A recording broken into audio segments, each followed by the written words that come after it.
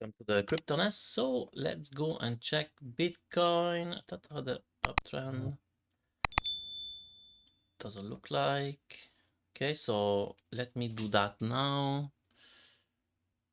So we do have still this possible ABC for the wave 1. This is the wave 2. And we could go higher and then, yeah, so our first, well, let's say resistance is going to be 69,887.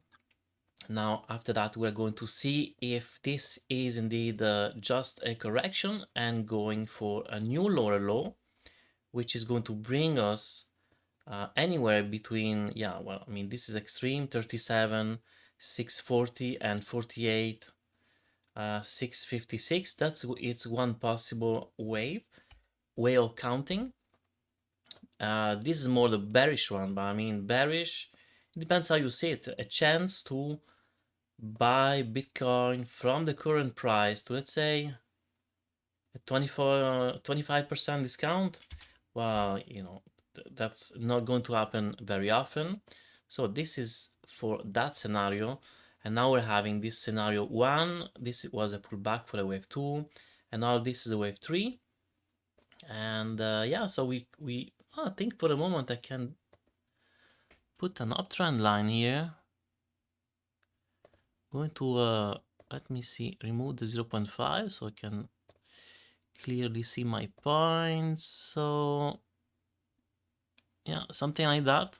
So until we don't break the uptrend line, we can yeah, price can still go higher. We do have this also. Let me it doesn't go all in the screen, so let me reduce the time frame. We do have this downtrend yellow line also. So eventually, if price keep pushing higher, is going to act as a resistance. And is this the same level about? So the previous peak of the wave B, allegedly, it coincides exactly pretty much with the 1-to-1 ratio of this wave A to wave C, right?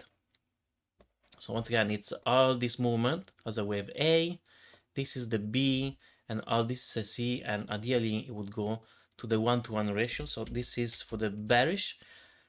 What else? Honestly, when we start to go higher, you can see that the more bullish count and the more bearish count both tend to push the price higher, right? So it wouldn't matter if you are more bullish or more bearish, short term, price had to go anyway higher. Now, I do believe anywhere between this level here, I mean, I'm going to make a square. This is going to be a resistance zone that we need to be careful at or to. Now, Ethereum kind of doing the same thing, but not. I honestly prefer maybe the Bitcoin chart. This is a little bit messy, but yeah. So we can count. Yeah, here a bigger count 1 and 2, and then after that I was able to, you know, count 5 waves. So was that the end of this third wave, or we're just making an extension? So that's the thing with that. We were not really sure. Also, well, I mean, not sure for the moment. Also, if I do the wave A to the wave B, you can see that yeah, the 1-to-1 ratio, we passed that a long time ago. We even passed the 1.236, and yesterday we did touch the 1.38. So I mean, if we start to push higher, then this possible count A, B, C is going to start to fade away, and probabilities are going to be lesser and lesser that this is going to be a correction. And I still leave it there, but now start to be really unlikely. And yeah, what else? What else? What else? I think that's pretty much all for Bitcoin and Ethereum. Honestly, I start to be happy. At least Ethereum start to slowly outperform once in a while, but by waves, right?